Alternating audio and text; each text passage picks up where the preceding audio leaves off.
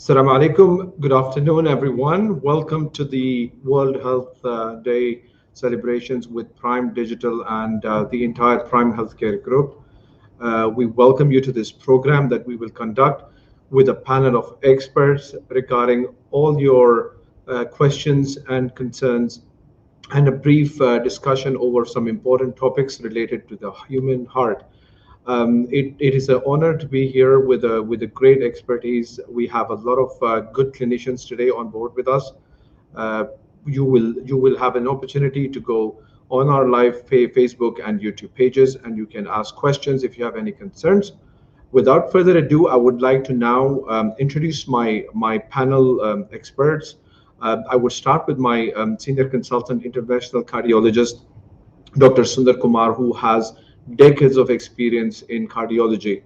Along with that, we have incorporated this year to make it a little more different as well as more informative by combining it with our gastroenterologists. We have a specialist, Dr. Fatma Al Nassar, and the cherry to the cake would be our primary care physician, a wonderful clinician, Dr. Daffodils Guevara.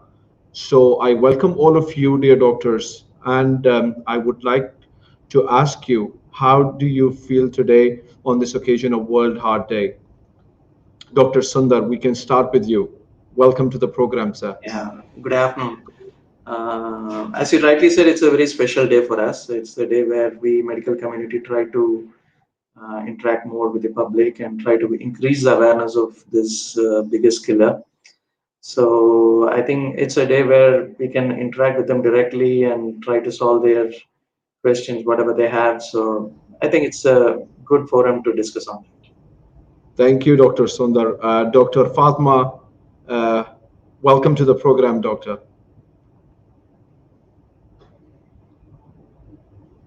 Dr. Fatma, welcome to the program. Can you hear me, Dr. Fatma? I think we have a glitch here. We move on to Dr. Daffodils, the lady who is always smiling, always welcoming her patients in her primary care. Dr. Daffodils, welcome to the program.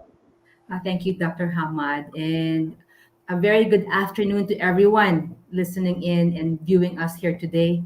Happy World Heart Day to everyone, and I'm very happy to be part of this very, very nice, friendly committee of colleagues who can discuss with our patients online, live, all their questions about matters pertaining to the heart. Thank you so much for having me today. Dear viewers, I would also like to inform you, we have one of our specialist interventional cardiologists, a very renowned face, a very, very excellent interventional cardiologist who will be joining us shortly. He was actually called for a procedure. Saving lives is a priority for us. So Dr. Murli Krishna, our specialist interventional cardiologist, will be joining us. While we wait for him, we will begin the program. And moving forward, I'm just waiting for Dr. Fatma once she's on board. Dr. Fatma, are you with us now? No. Okay. So she will be joining us. I think there is some glitch in the system. Let me begin this World Heart Day with Dr. Sundar Kumar. Dr. Sundar, we have moved on for the past 1.5 years. It's been extremely people are anxious. The situations globally has led us to a fear of death, and of course when you think of death you think of heart. And we have seen an increment. We have seen a lot of patients that walk in now with chest pains diagnosed with heart attacks. Dr. Sundar, I would like to start by asking you, could you tell us a little about the what is a heart attack, and how does heart attack occur in the human body, please? See, heart attack is an event where the blood supply to the heart gets cut off. So, what really happens is there is a fat deposition in the blood vessels which supply blood to the heart. And one sudden day, the covering of the fat deposition breaks and where a blood clot forms, and that suddenly blocks the blood flow to the heart. So when the blood flow gets blocked to the heart, that part of the heart becomes damaged. And this is what we call it as a heart attack. Right. Now, the typical symptoms with which a patient will present when they have a heart attack is an 80%, 85% chest pain is a typical symptom. And it's most often felt in the left side or in the central part of the chest, and the pain radiates to the left arm, and at times it may radiate up to the jaw, and it's often associated with the breathing difficulty and sweating. So this is a typical symptoms with which a patient with a heart attack presents. Right. Dr. Sundar, is every chest pain a heart attack? Or when a patient gets chest pain, or any person who experiences pain in a normal setting outside the house, for playing sports, so how often can you relate chest pain with heart attack?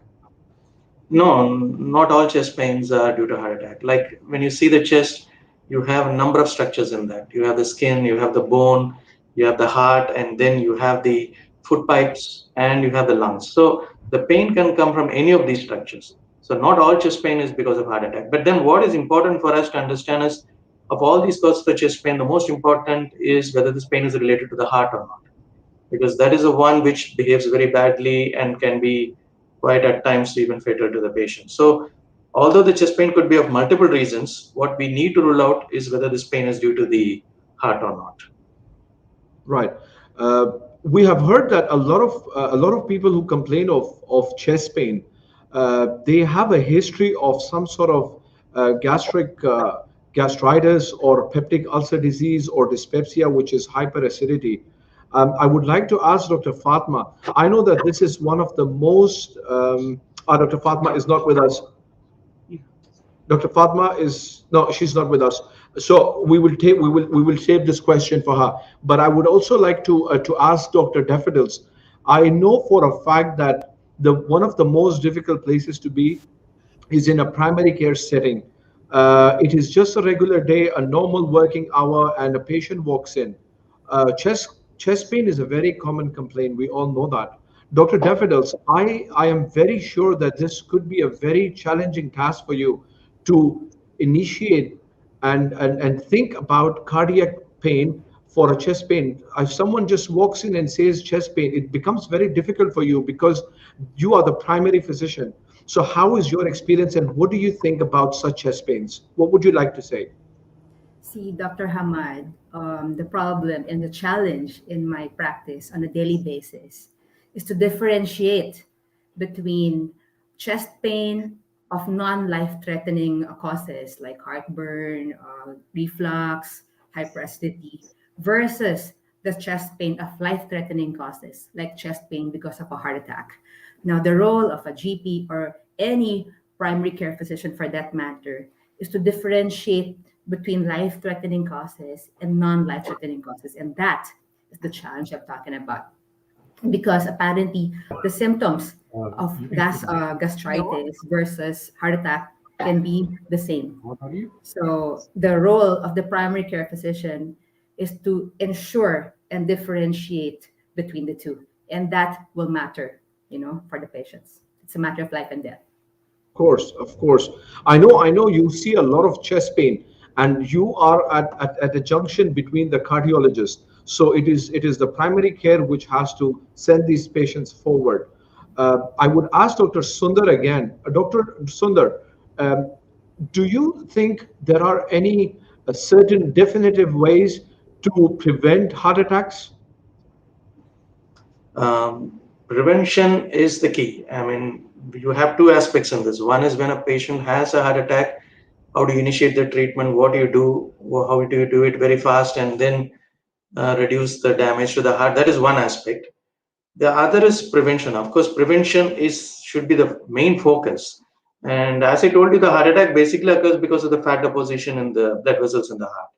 So your preventive measures is primarily targeting how do you reduce this from happening. So there, all the factors which increases the fat deposition comes into play. So the factors like high cholesterol in the blood, diabetes, high blood pressure, then smoking, then physical inactivity and obesity. these are some of the important risk factors which you can do something and reduce the risk for development of deposition of fat.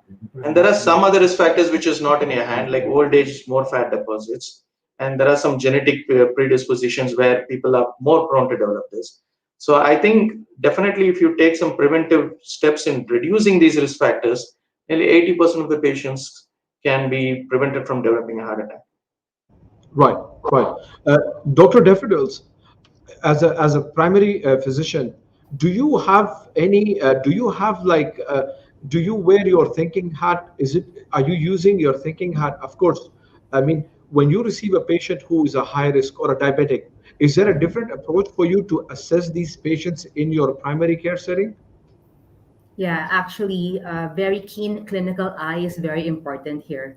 Of course, you have to get a thorough medical history from the patient because from that alone, you can get some clues as to distinguishing whether this patient is a heart, cardiac patient, or this patient is a GERD patient, And that in itself is very important. Now, I'll have to admit, no, in my practice, a lot of patients come in, a lot, chest pain, and they're scared, understandably. But then again, my role is to calm them down, and then as a clinician aspect, you just have to like rule it out. Is this threatening, life threatening, or the chest pain just because of gastritis? Now again, that will matter, and because I am the catch basin of these patients with chest pain, I should know the differentiation between these two. Right, right. Thank you. Dr. Fatma, are you with us now? Are you there? Can you hear me? I'm here, but I don't know. You can hear me? Yes, Dr. Fatma, you are live now. Thank you for joining us. Once Okay. again, I would like to to thank you for joining us. I would Okay. tell my viewers, Dr. Fatma is our specialist gastroenterologist, and Okay. we have invited her today because there is a lot of misconception. A lot of people these days they pretend to feel okay, and they do not take these emergency steps to go to the hospital. So in your setting, Dr. Fatma, I understand that chest pain could have a lot of causes, especially down below the chest wall, arising from the stomach. So what is your take on chest pain, which is related to conditions arising from stomach? First of all, I'm happy to join you again. And as we all used about Prime Hospital, that the Prime Hospital is creative always in the ideas of integrating different specialties in the same topic. Especially, this is really a good integration, and there is a large percentage of patients coming to our clinics complaining of epigastric pain or chest pain or heartburn, and they need our guidance and they need our help to differentiate, is this really related to acid reflux, or is it cardiac problem? So thank you a lot for letting me share in this opportunity. And regarding your question, Dr. Hamad, that really we see lots of patients coming to our clinic daily complaining of chest pain, and sometimes they can't really express the type of pain exactly. Is this burning, or is it oppressive chest pain? Sometimes it's radiating, sometimes it is coming from the stomach, but they can't exactly tell in their own words what is this, is it heart or stomach? And many times they don't put in their mind the possibility that this is their heart. So really, first of all, taking history is very important in such cases, especially the symptoms are really overlapping between cardiac patients and gastric patients. So I will start with the most common cause of the gastric problems, which cause the chest pain or symptoms, which is touching the cardiac symptoms or closely presenting as cardiac patients, which is the gastroesophageal reflux disease, is the highly percentage of the gastric problems. So the patient usually come complaining of retrosternal chest pain, burning, lasting for minutes, maybe hours, Sometimes it's related to meal or after sleeping or after even anxiety, and this will make it more even tricky to differentiate, is this gastric or cardiac? So we sometimes depend on the history. We should put in our mind the risk factors of the patient and the type of pain. By our experience, we can differentiate to a certain extent how to guide the patient, is this cardiac or not. And in many Right. cases, we deal with such cases as teamwork, and we involve the cardiologist to clear the patient. We can't decide on the spot. Right. We have a question from one of our patients who has asked you, is there any relation directly between, Dr. Fatma, the question is to you, is there any relation between gastric symptoms or gastric condition? Let's say if you have hyperacidity, is there any proven relationship between a heart attack and a gastric condition? You mean that gastric condition increase the risk of cardiovascular disease? This is the question. Yes, they are probably scared because a lot of patients here, a lot of people have stress-induced probably hyperacidity. Yes. So is there any relation between relation between gastric illnesses like hyperacidity or peptic ulcer disease with a heart attack? Does it increase the risk? Actually, this is a good question, and there are many studies and papers in the literature study this. Is there any association, and if there is any underlying etiology for such thing? By observation, they noticed that patients with gastric problems, as acidity or peptic ulcer disease, they have more increased incidence of cardiovascular disease. But actually, this is only an observation. But there is no clear etiology or underlying mechanism that will explain this thing. And in the opposite direction, patients with cardiovascular disease, they have increased incidence of having gastric problems, maybe because both have shared risk factors. And both and this cardiovascular disease patients, they have polypharmacy, and this polypharmacy is very important in the gastrointestinal disease disorders in general. But here today we are focusing about the stomach, but also colon problems sometimes also present as chest pain and as cardiac symptoms. So because maybe they share many risk factors, as I mentioned, like lifestyle, obesity, smoking, both have mostly the same underlying risk factors. So maybe we can say that that's why both of them, they have shared increased incidence of each one that will lead to other one. Right. Thank you. Thank you. Moving. Dr. Sundar, I have a question for you, sir. My father had a heart attack. How likely am I to suffer a heart attack? Because now I'm living in a I'm stressed every single day. I think and I get worried that my father had a heart attack. What is my chances of having a heart attack? So definitely, if you have a family history of a cardiac event or stroke, the risk for the next generation people to have is high. Now, this risk goes up, especially if the people, the father or mother has a disease at a much younger age, let's say less than 55 years, that puts you at more risk. And if both have had a cardiac illness, your risk even more increases. So definitely there is a definite genetic basis, and the risk definitely goes up when the parents have had a cardiac problem. So, Dr. Sundar, if my parents suffered a cardiac condition or they are actively with a cardiac condition, what is your advice to people? How, as a normal person, right now, I don't have any symptoms. I have not taken any medicines. What would you expect me to do as an individual to prevent these conditions? Should I be coming to you and taking some preventive medicines? There are two aspects to it. One is a positive health, where you adapt a good lifestyle. Now you get into the habit of regular exercise. You go for regular walking every day, maybe at least 30 to 40 minutes, 5 to 6 days a week. And you start practicing a good diet pattern where you avoid eating too much of junk foods and you restrict to healthy foods. This is positive side. Now the other side is you should have a medical evaluation to understand what is your basic parameters. Now, for example, you should know what is your blood sugar value. You should know what is your cholesterol value. Now, you have had a family history of heart disease.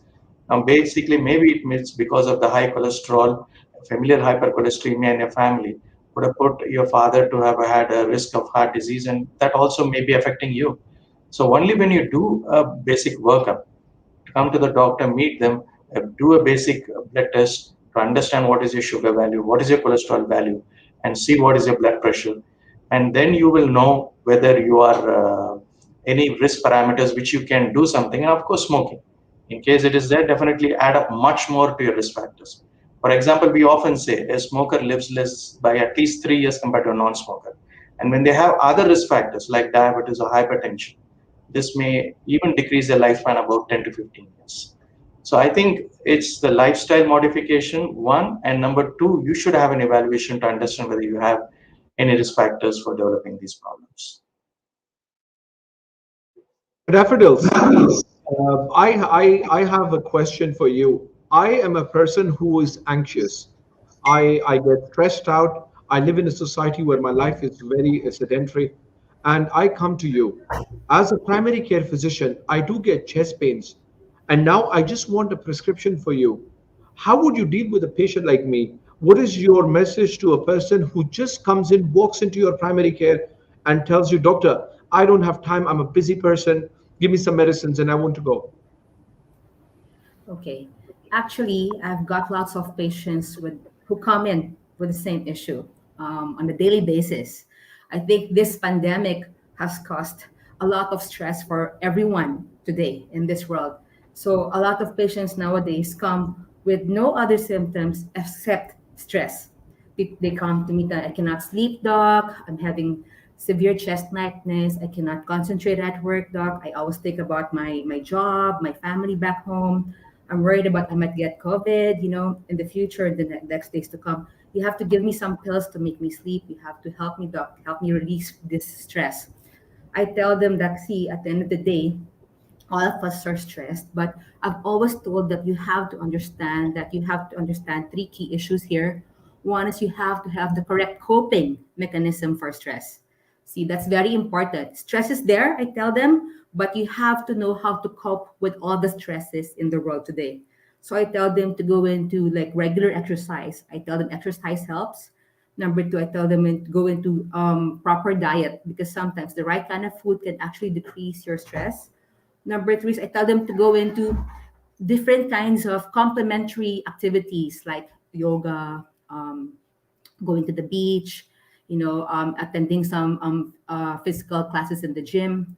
All of these, if you combine them, all of these help decrease the stress on a daily level. So I kind of tend to refrain from giving them medicines because at the end of the day, it's all about in the mind, trying to condition your mind that we can conquer the stress, ourselves naturally. Absolutely. We as physicians, we would request all the listeners right now and the viewers to please do not self-medicate. If you have a chest pain, you may go to your primary care, you may go to your cardiologist. If you don't find any of those, even a gastroenterologist, because you probably might have a history of gas-related issues which you think causes retrosternal pain. So thank you. That was very informative. I would like to welcome Dr. Murli Krishna, who is our specialist interventional cardiologist, a very renowned person, very common face. A lot of people have seen him, known him. Dr. Murli, welcome to the program.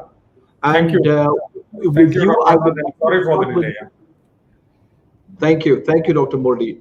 I have a very important question for you, Dr. Murli. Is there any relationship between COVID and heart attacks at the moment? See, COVID is a prothrombotic state, and we know that the inflammation affects the arteries as well. So definitely, if the infection of COVID is little more than the usual cough and cold scenario of a viral disease, then definitely we have seen many patients having basically thrombosis or clot formation in the lungs. But if you ask me whether it has caused an acute thrombosis in the heart, yes, we have had cases, but the percentage is very less. So just because you have a a COVID in the form of a common cold or something like that, I don't think we need to worry. But yes, definitely it's a prothrombotic state, meaning that yes, you could you have a chance, you are a potential candidate for getting a clot formation. But we have seen more clot formation in either the cerebral, or that's the brain vessels, or the lungs. I mean, basically the lungs we have seen more rather than in any other branch. Right. Thank you. Dr. Sundar, I have a question for you. I am a patient, I'm a heart patient. I was having a chronic cardiac disease. I suffered from COVID. What can happen to my heart? Is there any chances of any further damage to my heart? How different is my heart now than it was prior to getting COVID? See, the importance is if it's a mild COVID, most often it doesn't cause any major damage. And the most important thing is to continue your medications which you have been with the medical advice.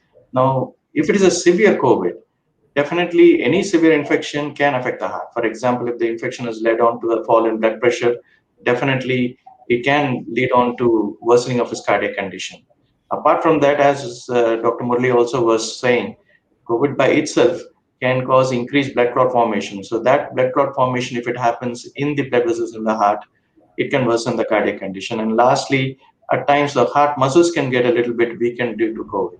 So these are rare complications, and these can happen in severe COVID. So in a patient with a cardiac illness, they need a little bit close monitoring and follow-up. Right, thank you. I hope we've answered Dr. Deepak's question. I think his question was related to this. Dr. Fatma, I have a question for you. I take a lot of medicines. I am tired. My cardiac medications are a lot of pills, and I get acidity with those. What is the impact of these medicines on my health, on my stomach, and can I prevent them? First of all, always when dealing with patients having problems with their stomach, and at the same time they are taking any types of other medicines which are chronic medicines, and this scenario is very common, especially in patients with comorbidities. I put in my mind always the priority of taking care of the highest risk of these comorbidities. For example, if he's a cardiac patient, I can't tell him stop the cardiac medications because this is a priority. We are keeping his heart healthy. So I have to fix his stomach so that he can continue taking his essential medicines.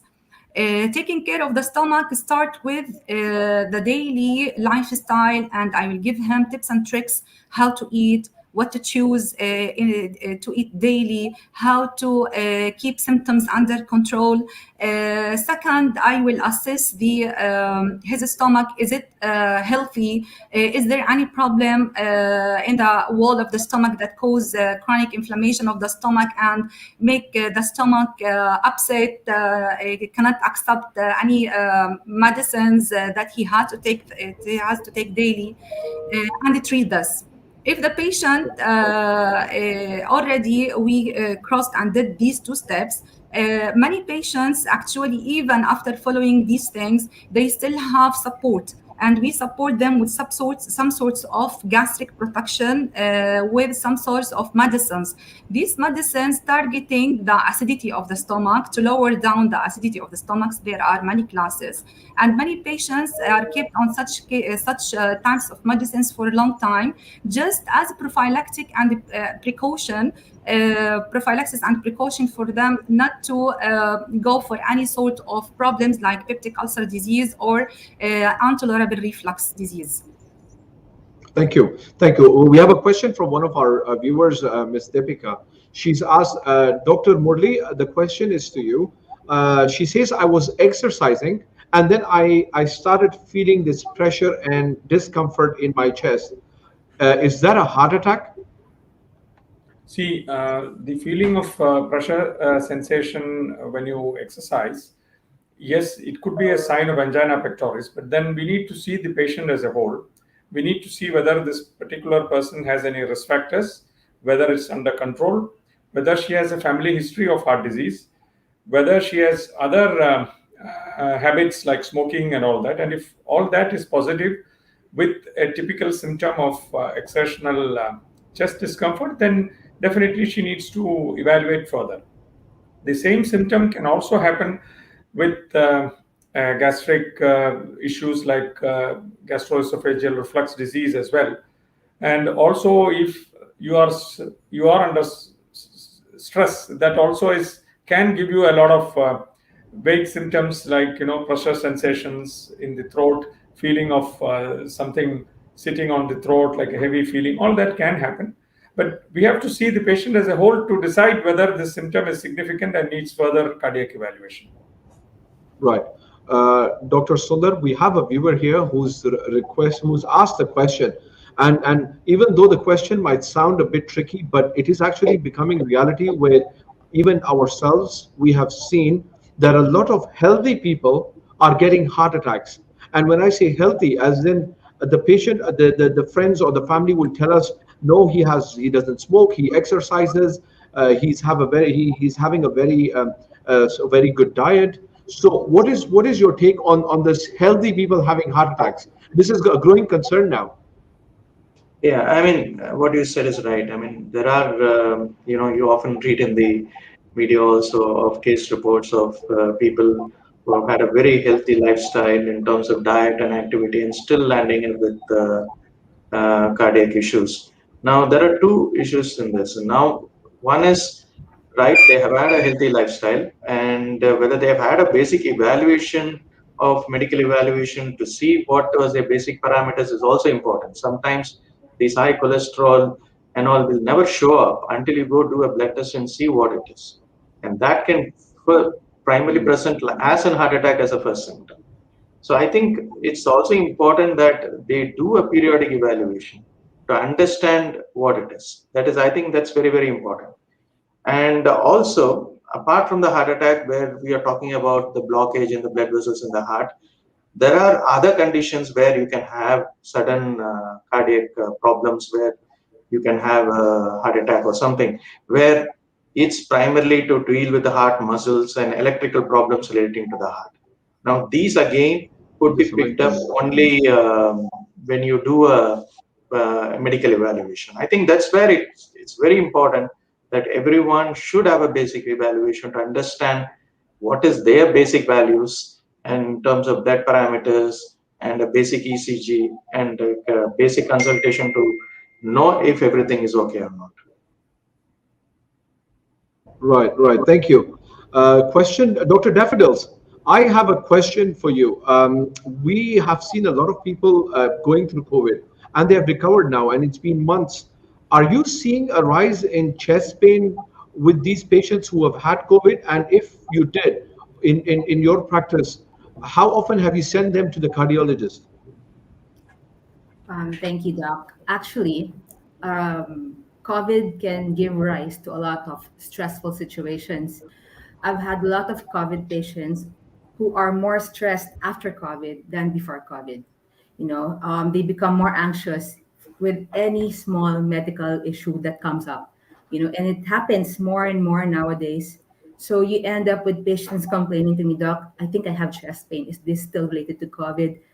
Doc, I'm having shortness of breath. Is this because I have COVID or is this a long COVID symptom? So usually in these cases, it's very important to reassure the patients that everything is all right and that we're here to take care of them. And usually in these cases, you do some basic lab exams. If it gets to the heart, you do medical thorough history and check if risk factors. And usually for these kind of patients, we can refer to a pulmonologist, to a cardiologist, to gastroenterologist, because again, stress can actually lead to a GERD symptom, to symptoms of GERD, to symptoms of hyperacidity. And again, the trip, just one cardiac trip to the cardiologist can do the trick. They feel most of the patients feel a lot more relieved because the cardiologist can clear them of any heart issues, especially for chest pain or any other chest discomfort after COVID. Thank you. Dr. Sundar, I have a question for you. We noticed there was a lot of hype in the media about the condition of pericarditis, myocarditis, which is the inflammation of the muscle of the heart and the cover. is what was the relation between these conditions with COVID, and what was your take on prevention of these conditions? No, I think, yeah, that's what we discussed already. I mean, COVID, as discussed, one, it can affect the blood vessels. The second is it can directly affect the muscles of the heart or the covering of the muscles, which is called the pericardium. Now, this happens in a small percentage of patients who have a severe COVID. And in those patients, because of the affection of the heart muscles, the heart contractility ability can reduce. But this happens in a very small percentage of very severely affected COVID patients. It doesn't affect in everyone. But as I said, most of the time when you see a patient who has been treated for COVID, often comes to the outpatient department saying that I have breathlessness, I have palpitation. Now, of course, it's very important to rule out whether there is any cardiac cause for that by a basic evaluation of ECG and echocardiogram, which is nothing but an ultrasound for the heart, which will show it up. But at the same time, we need to understand that post-COVID, there's a lot of anxiety, which also could be the cause for the symptoms. And also COVID, majority of the people, activity is markedly restricted. So when they restart their activity, this breathlessness, palpitation are quite commonly seen. So not all symptoms for COVID is because of the heart, but we need to rule it out. Right. Thank you. Thank you. Dr. Murli, I have a question for you, sir. Uh, my child was having fever and some chest burn. So the sensation of burning, my son, 16-year-old, said that he has some chest burning. He feels there is some, this is the word, fire in the chest with a low-grade fever. I took him to a few hospitals, and it turned out to be myocarditis slash pericarditis. So, what would you say? What would you like to tell the patients when to watch for these symptoms? Because usually, if you get chest pain with some congestion, you think of respiratory tract infections. So, specifically, because this condition is very worrisome right now, how would you differentiate?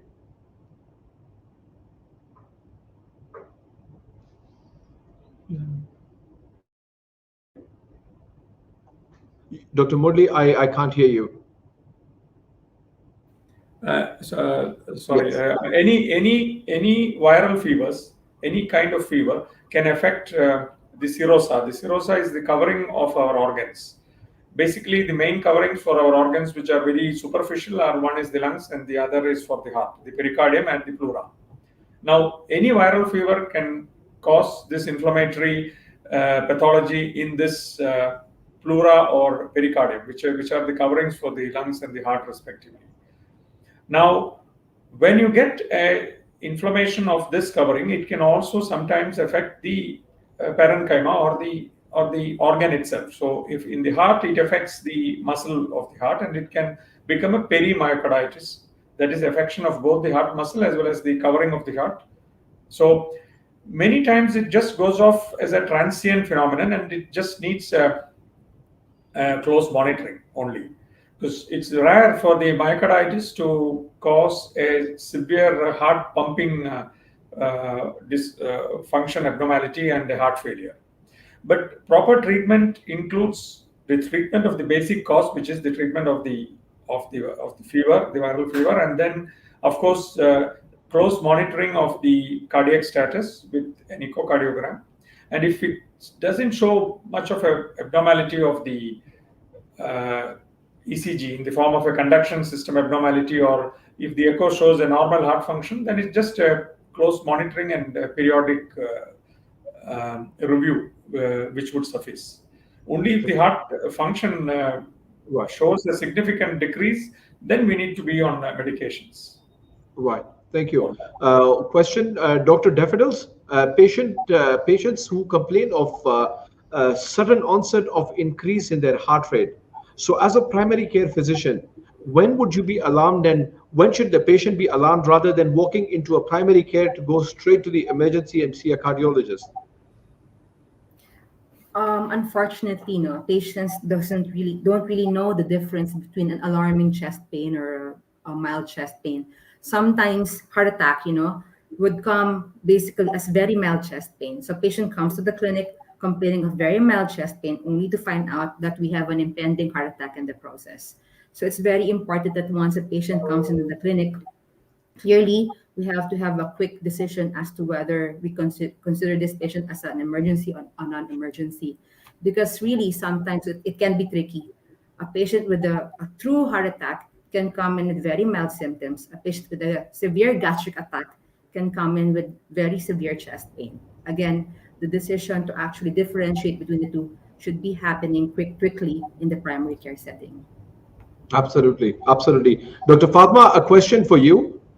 I I have a condition called GERD, which is the gastroesophageal reflux disease. How would I know if I'm having a heart attack? Okay. As I said before, that symptoms almost close to each other, but sometimes we can rely on the severity of the complaint, duration of the complaint itself. But this is also not accurate because always the history, we can't rely exactly on the history, but sometimes it will give us tips and tricks that, okay, this is maybe cardiac because it is too much severe. It lasted for a period of time. Sometimes it is related to exertion more than meal. Okay, presence of heartburn or acidity is not always the answer of this question, because many times the patient may have reflux disease, but it is not presenting with heartburn and acidity, and the opposite is true. Many times we have cardiac attacks presenting with heartburn and acidity.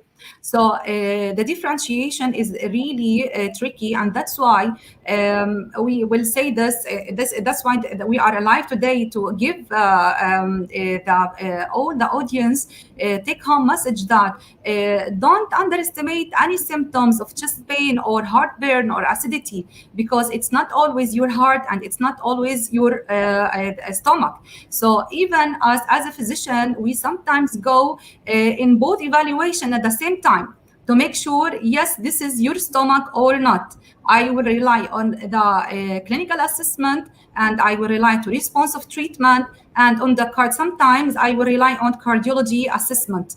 But if I'm at home and I have acidity, and at the same time I don't know is this my heart or not, sometimes we can say to patients that if I have a family history, for example, of high lipid problems or dyslipidemia in blood, or I have a family history of diabetes, or I live sedentary lifestyle, or I have, for example, I'm overweight or obese. These are risk factors that will give a bonus in my mind that maybe I have to hurry up to check for this. But this is also not always a correct answer.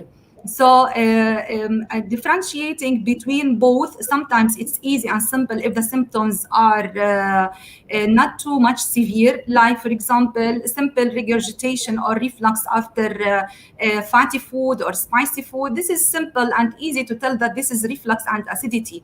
But if there is for example chest pain radiating to the jaw, to the neck, to the back, these are a little bit symptoms which should be investigated. I will not wait at home and say that this is an acidity and I have palpitation, sweating, and radiating pain. No, I should go to the hospital or to the doctor and assess with him. He will decide this is really serious or not. Thank you. Question for Dr. Sundar. What is the heart arrhythmia? My heart started beating very fast. I was taken to a hospital, and they used the word SVT. I have SVT. I've had it a few times. What is it? How can I prevent it? Is there any permanent solution and medications for this? No, arrhythmia is nothing but an irregular heartbeat or a very fast heartbeat. For normally, you know that heartbeat is around 70 to 80 beats. Now, when it crosses 100 and it becomes very irregular, you call that as arrhythmia. Now, there are various types of arrhythmia based on where it starts and how it goes. But what you asked for is supraventricular tachycardia is one of the comparatively milder forms of arrhythmia, where what happens is by birth we have an additional electrical connection in the heart, because of which at times the heartbeat starts turning around that, and the rate suddenly jumps up very high. So from 80 to 90 it jumps to 170, 180. So this is one of the commonest time of arrhythmia what we see.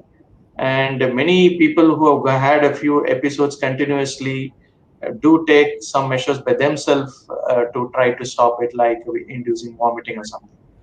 But then most often when they land up in hospital, we give a few medications which can immediately make this arrhythmia come back to normal. And subsequently, we put them on medicines. And if it responds to medicine, we continue on that. At times, if it doesn't respond to medicine, we need to do some procedures where we need to alter that additional electrical connection in the heart to make it not come back. Dr. Murli, I suffer from a condition where my heart beats extremely low. And I was walking and suddenly I started sweating and my heart beat. I felt the word is sinking. What would you tell me? What should I do if I face this situation again?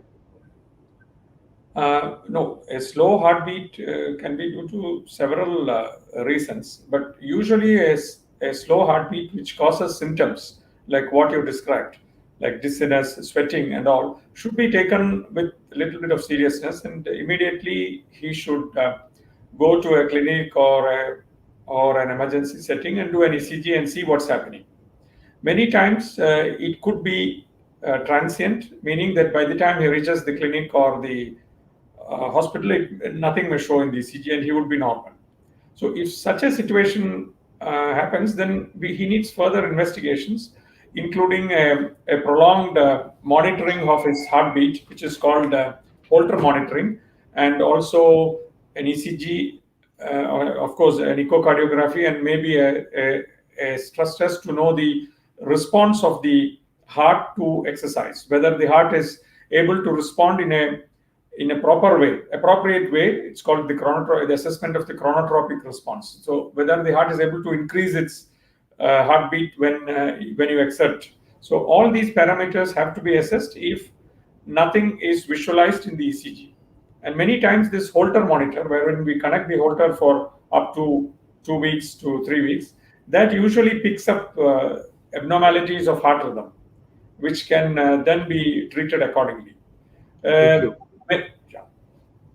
Right. Thank you, Dr. Murli. End up in a pacemaker if it is significant. Do we have that facilities in Prime Hospital? We do have the facility for pacemaker implantation in Prime Hospital. Also, we also have the facility for a basic arrhythmia analysis. In the sense that whether we need to be only on medications or any further treatment is needed, that definitely all of us can be of help. Absolutely. Thank you. Dr. Fatma, question for you. I want to eat ice cream or fizzy drinks in my acid reflux. I mean, a lot of people do that. Should I be extra cautious when I take these products? Actually, lifestyle is an essential part of treatment with hyperacidity or reflux disease. The reflux means that the acid in the stomach is going back to the esophagus because maybe it's not clear to many of the audience.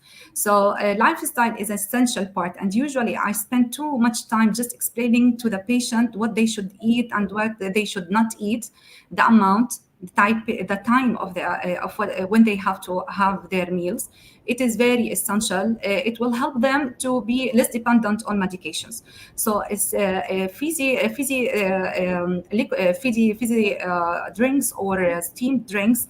Of course, it may cause direct irritation of the stomach, and it will worsen the symptoms of hyperacidity. And ice cream, because it is a little bit sugary and fatty, I will not recommend to have it on regular basis. But at the same time, keeping lifestyle with strict restrictions for long period of time, sometimes it's very hard, and you will feel that the compliance to patient will maybe affected, and they will be like, okay, I can't live without having all these types of food. So what I usually I ask for the patients, because reflux disease is a chronic, don't take such type of food for whole your life, but at least select the appropriate time. Don't take it on empty stomach, and at least, for example, a small amount and for once every a while. if it is highly recommended and he can't tolerate, he had to taste. But regular base, of course, it will worsen the reflux disease. I want just to add another comment because Dr. Hamad, I know that this is a human nature, and no one will like that to say don't eat, don't drink, and also he have many problems and it will make for him anxious. So we have to make it easy to the patient how to follow a healthy lifestyle in an easy way. I want also to comment on one point, which is the palpitation and the arrhythmias of the heart. Not only a reflux disease can present as chest pain. It also I see many cases have palpitations and arrhythmias, and it finally proved to be related to the infection in the stomach, which is the Helicobacter pylori bacteria lives in the wall of the stomach and cause inflammation of the stomach, and also it may be related to reflux disease. So also not only the chest pain that can be a presentation of a gastric problem. Right. Thank you. Thank you. Dr. Sundar, I have a question for you. I have a child, and my child is having normal milestones, but I'm a little worried about my child. How do I know if my child has a healthy heart or a weak heart? One is clinical assessment. When you meet the cardiologist, we will have a clinical assessment based on how the child growth is and symptoms related to intake of food and weight gain, everything. And secondly, when we examine the child, we will know if there is any abnormal sounds that we could pick up from the heart, which also could indicate if there is any cardiac issue or not. And where the suspicion is more, we also go for an ultrasound for the heart, where we will know very clearly if at all there is any issue related to that. So basically, it's a clinical assessment, and if necessary, an ultrasound for that. Thank you. Dr. Daffodils, question for you. I'm a diabetic, and I don't understand, but sometimes I feel a weird chest sensation. I just feel a bit weird in my chest, and I'm a diabetic. Is there a different presentation for me? When do I come to you? Is this a heart attack? Usually, the best way to treat these kind of patients is to actually do baseline tests. So for somebody who is diabetic, again, the problem with diabetics is you tend to have a bigger risk factor in developing cardiac arrest and any cardiac abnormalities and cardiac disease. So if you are diabetic, the best way is to actually see and consult a cardiologist for probable cardiovascular disease, which may happen, especially in patients with diabetes. Thank you. Thank you. We have a very interesting question here, Dr. Murli. What is the difference between an arrhythmia clinic and a normal cardiology clinic? Do we have both the facilities? No, it is just a terminology, and there are places where you have a specific day, and you have a cardiac electrophysiologist who sees you. But for a basic assessment of arrhythmia, a cardiologist among us who are both general cardiologists as well as interventional cardiologists, we can definitely assess, and if there is a need for further treatment other than medications like electrophysiology study and all, accordingly we can advise them. Right, thank you. Dr. Sundar, question. Do I have to take aspirin once I turn 40? I was told by my friends, when you cross 40, you start aspirin. What is your take on aspirin in patients above 40 years old? No, not everyone who has crossed 40 needs to be on aspirin, because aspirin per se, it can cause gastritis, it can cause bleeding. So it is a medicine. It will be helpful only if it is taken by people who have a high risk for a heart disease or a stroke, not in everyone. So you assess the individual risk. Let's say he's a long-standing diabetic, he has cholesterol problem, he has blood pressure. In him, I'm putting an aspirin may help him to reduce the risk of a cardiac event or a stroke, but not in all people who are above 40 years. The risk-benefit ratio will definitely not warrant routine use of aspirin. Thank you. Dr. Murli, my friends told me that you should not exercise because you had a heart attack. What is the role of exercise in heart attack? Cardiac rehabilitation is in itself a big topic to discuss. but it's not correct to say that they should not exercise. See, once a heart attack happens, and if we do the correct treatment, like opening up the blood vessels, doing an angioplasty, stenting, and cleaning up the blocks, then of course you are in a position to exercise. But that also again depends on whether you have how good your heart pumping function is. So there are certain people who have had a little bit of a prolonged heart failure symptoms. Now, such people, yes, we may put in some restrictions for exercise. But majority of people, especially those who come on time following a heart attack and who get the proper treatment, like a primary angioplasty and a stent, they usually recover much faster. And within a week's time, we actually encourage them to start their exercise. The exercise protocol is usually a graded protocol in the sense that, the first after the first 1 week, we slowly ask them to do a 10 to 15 minute walk and reassess themselves. If they feel fine about it, every 5 days to 7 days, they are supposed to increase their exercise by another 5 minutes. And by within 4 to 6 weeks, if they are fine, they are supposed to do their normal activities. They can even go back to a gym after 6 weeks. But of course, weight training again takes a little more time. But the cardio exercises like walking in a treadmill, doing a bicycle and all can happen within 4 to 6 weeks of a heart attack, provided your heart pumping function has regained the normal status. So it's individualized and definitely depends on the treating doctor who will be assessing them periodically and accordingly advising them. Thank you. For all the viewers who have joined us late, I would like to remind you this is a session on the World Heart Day. We have experts from the Prime Healthcare Group. We have a senior consultant, interventional cardiologist. We have Dr. Murli Krishna, interventional cardiologist. We have Dr. Fatma, who's a gastroenterologist, and we have a primary care physician. All of them are available. If you would like to consult these physicians in person, you may reach them on a telephone number, which is 047070999, which is the call center. They will book you an appointment. You can even book it online through the website. You might even download the from Apple Store. You might download the Prime app, and you may reach these doctors. They do telehealth consultations, and we will be happy to consult you and take care of your heart, because heart is the most important part of the body. We'll try to wind up and bring this program to an end. But before that, I would like to thank individually all my members here, all the experts who took out time for us and enlightened us with so much of information. I would also like to request all the panelists here, starting from Dr. Fatma, and then Dr. Daffodils, then Dr. Murli, and finally Dr. Sundar. If you could give a take-home message or just share a little bit of information or just an advice for a healthy heart in your language, which actually goes out to the entire UAE.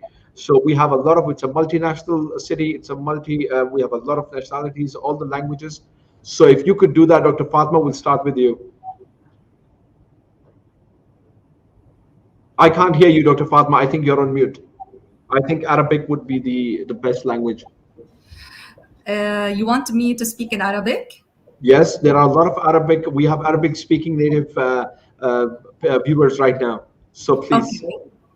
بمناسبة اليوم العالمي لصحة القلب، بندعوكم من مستشفى البرايم باتباع عادات صحية سليمة. قلبكم كتير غالي علينا، حافظوا عليه. Thank you, Dr. Fatma. And inshallah, after this session, I'm sure a lot of people, especially the ones who take a lot of ice cream and fizzy drinks, will definitely come and see you. So yes. Thank you again for your time. Dr. Daffodils, you have a very, very big community in Dubai, and we see a lot of patients coming in. And I've heard this name, Dr. Defi. So again, I would like to thank you personally again on this program, and your take-home message, please. Okay, I will speak in Filipino, our official language in the Philippines. Sa mga nanonood po ngayong araw na ito, sa panayam na ito, tandaan po natin na ang paninikip or pananakit ng dibdib natin ay hindi po natin dapat pinapagsawalang bahala, bagamat ang pangkaraniwang sanhi po ng paninakit or paninikip ng dibdib ay dahil sa reflux or heartburn or hyperacidity or gastritis. May mga pagkakataon po kasi na ang pananakit ng dibdib ay sanhi ng matindi or nakakamatay na kondisyon like heart attack or any serious heart problem. So sa mga sa inyo po na nakakaramdam ng mga pananakit or pananikip ng dibdib, mainam po talaga na magpapakita po sa mga doktor po natin para ma-evaluate po ang kondisyon nyo. So ngayon po ay salamat po sa pagdalo po dito sa panayam na ito ngayon. Stay safe po tayong lahat, and remember po, prevention is always better than cure, and always remember to live healthily, eat healthily. Maraming salamat po. Thank you, Dr. Daffodils. It was a very interesting conversation. We did get a few words of English language, so that was interesting. Thank you again. Moving on, Dr. Murli, one of the finest cardiologists in Dubai, very reputable personality, a very, very efficient, very, very good cardiologist. Dr. Murli Krishna, your native language, a short message to our viewers today, please, on World Heart Day. I'll speak in Malayalam. Please, please. Yeah. Okay. Thank you. എല്ലാവർക്കും നമസ്കാരം. ഞാൻ ഇവിടെ prime ഹോസ്പിറ്റലിലെ ഹൃദ്രോഗ വിദഗ്ധനാണ്. ഇന്നിപ്പം എൻ്റെ കൂടെ ഉണ്ടായിരുന്ന എൻ്റെ കൊളീഗ്സ് ഒക്കെ സംസാരിച്ചതൊക്കെ നിങ്ങൾ കേട്ട് കാണും. എന്തായാലും അവസാനത്തെ വാക്ക് എന്ന് പറയുന്നത് നമ്മളുടെ ജീവിത രീതിയിൽ ചിട്ട വരുത്തുക എന്നുള്ളത് തന്നെയാണ്. നമുക്ക് മറ്റ് അസുഖങ്ങൾ ഉണ്ടെങ്കിൽ, പ്രഷർ, ഷുഗർ, കൊളസ്ട്രോൾ മുതലായ അസുഖങ്ങൾ ഉണ്ടെങ്കിൽ അതിൻ്റെ രീതിയിൽ ചികിത്സ നടത്തി കഴിഞ്ഞാൽ ഇങ്ങനെ ഒരു ഹാർട്ടിന്റെ ഒരു ബുദ്ധിമുട്ടിലേക്ക് നമുക്ക് വരാതിരിക്കാൻ മാക്സിമം ട്രൈ ചെയ്താൽ പറ്റും. പക്ഷെ അത് നമ്മളുടെ ജീവിത രീതികളും നമ്മൾ മാറ്റില്ല, നമ്മളെ വെയിറ്റ് ശ്രദ്ധിക്കില്ല, നമ്മുടെ ഷുഗറും പ്രഷറും ഒക്കെ അങ്ങനെ തന്നെ ഹൈ ആയിട്ട് നിൽക്കുകയാണെങ്കിൽ ഡെഫിനറ്റ്ലി നമുക്ക് കുറച്ച് കഴിഞ്ഞാൽ നമുക്കൊരു സ്ട്രോക്കോ ഒരു ഹാർട്ട് അറ്റാക്കോ വരാനുള്ള ചാൻസ് കൂടുതലാണ്. അപ്പോൾ ഹൃദ്രോഗം വരാതിരിക്കാൻ വേണ്ട പ്രതിരോധ പ്രവർത്തനങ്ങൾ ചെയ്യേണ്ടത് നമ്മളെ ഭാഗത്ത് നിന്ന് തന്നെയാണ്. നന്ദി. Thank you, Dr. Murli, for such a nice message. Last but not the least, one of the best people I've come across, one of the finest physicians we have in Prime Healthcare Group, one of the most softest, most gentle physician, however extremely good, capable, and an expert of experts, Dr. Sundar Kumar. Please, your native language, if you may, please, sir. Yeah. இருதயம் என்பது அன்பின் சின்னம். நம் உடைய உயிர் நாடியான இருதயத்தை நாம் மிகுந்த அக்கறையுடன் பேணி காக்க வேண்டும். இந்த கொரோனா காலத்தில் மக்களுக்கு நம்மளுடைய அன்பை வெளிப்படுத்தி நம்ம சமுதாயத்துக்கு மிகுந்த அக்கறையுடன் நடந்து கொள்ள வேண்டும். நன்றி. தேங்க்யூ. Thank you.